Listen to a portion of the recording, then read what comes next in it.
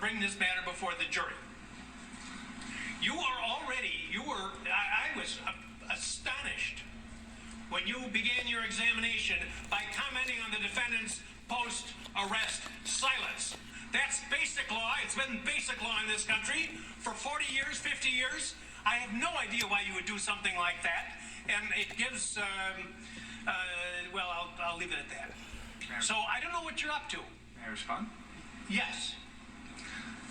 We filed an other acts motion on this exact issue because, in my mind, and I argued this, it is identical to what was going on the night of August 25th, in the sense that the defendant was using this exact same weapon.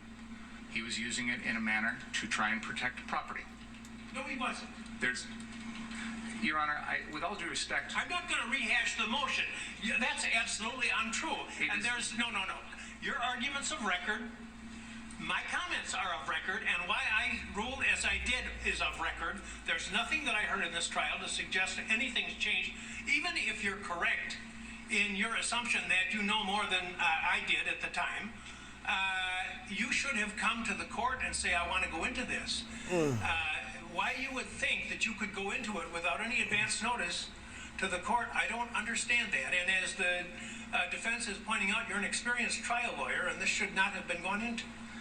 Your Honor, there have been things in this case, testimony in this case, that I believe opens the door to this. For example, the defense has introduced evidence that the defendant pointed a gun at a man wearing yellow pants because that person was on a car, on the car source lot.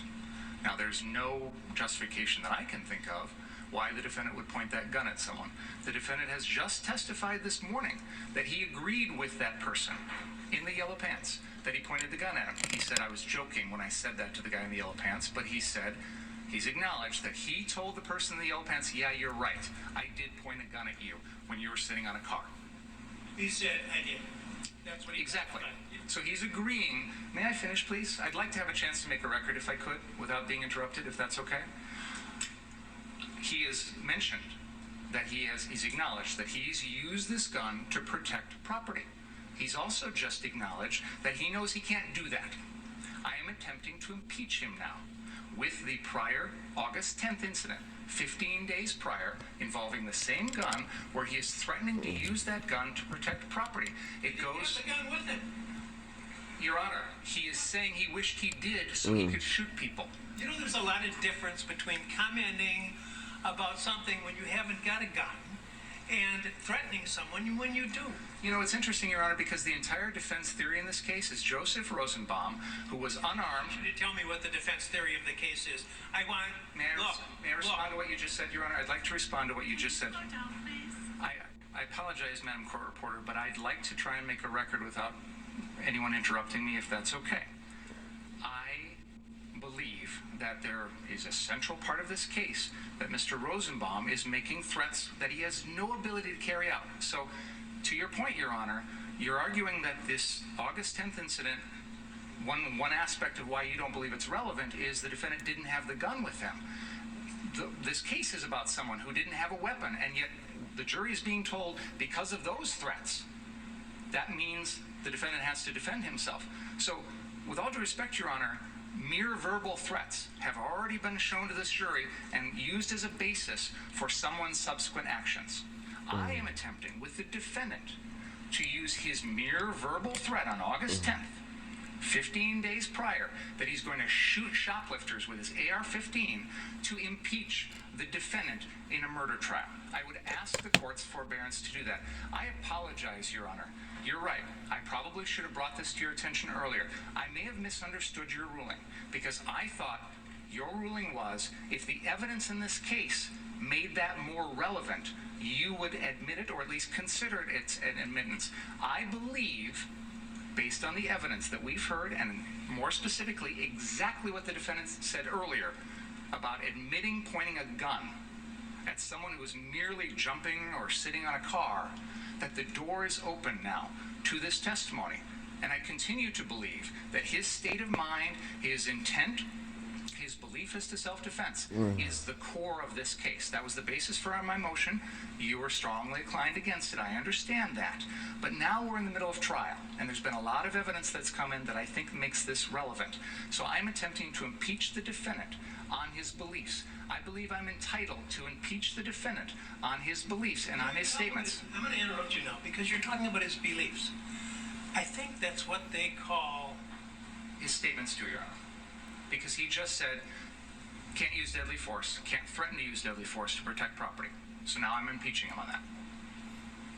Your Honor, the court has seen no reason to change its ruling. And just so this record is clear, in spite of the lengthy statement by Mr. Binger, before we started today, the court specifically stated in Mr. Binger's presence, there's been nothing to have me change any of my rulings.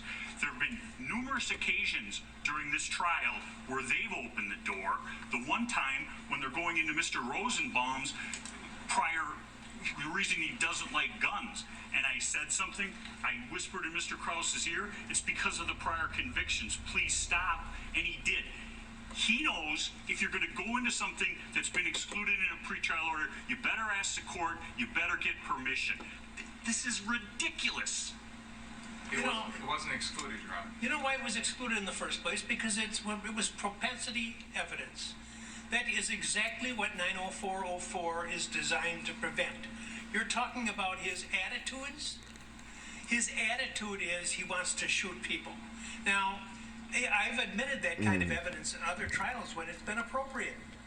I didn't admit it in this case because, to me, what I've heard in this trial, and by the way, Mr. Richards absolutely correctly points out that just hours ago, I said I had heard nothing in this trial to change any of my rulings. So why? Testimony, Your Honor. Pardon me? That was before the Don't testimony. get brazen with me. You knew very well. You know very well that an attorney can't go into these types of areas when the judge has already ruled without asking outside the presence of the jury to do so. So don't give me that. That's number one. Number two, this is propensity evidence. I said at the time that I made my ruling, and I'll repeat again now for you, I see no similarity between talking about wishing you had your AR gun, which you don't have, so that you could take fire rounds at these thought to be shoplifters, and the incidents in these cases, which are not, there's nothing in your case that suggests the defendant was lying in wait to shoot at somebody or reflecting upon the shooting for a vast amount of time. Every one of the incidents involves matters that involve seconds in time. So I commented at the time, I don't see the similarity, and I don't see the similarity now. If it's not similar, that's the whole rule. Those are all the exceptions to 90404. Check the authorities. Wigmore and evidence. Judge Weinstein. Colonel McCormick.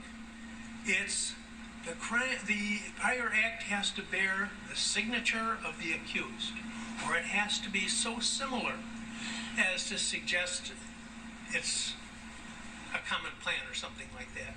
You have an incident where he's making comments about some alleged shoplifters versus crimes that involve instantaneous actions, whether premeditated murder or whether self-defense. That's for the jury to decide. But I don't see the similarity. I said it couldn't come in, and it isn't coming in, no matter what you think. Number two, I have to be concerned that with what Mr. Richards has said about the progress of the trial, and when you were I said you were over the line, close to or over the line on commenting on the defendant's pretrial silence, which is a well-known rule. I'm astonished that would have been an issue. So I don't want to have another issue as long as this case continues. Is that clear? It is. Thank you. Ask the jury to come back in, please. Things are getting good. All right. Real quickly, as the jury comes back in, we only have a few seconds.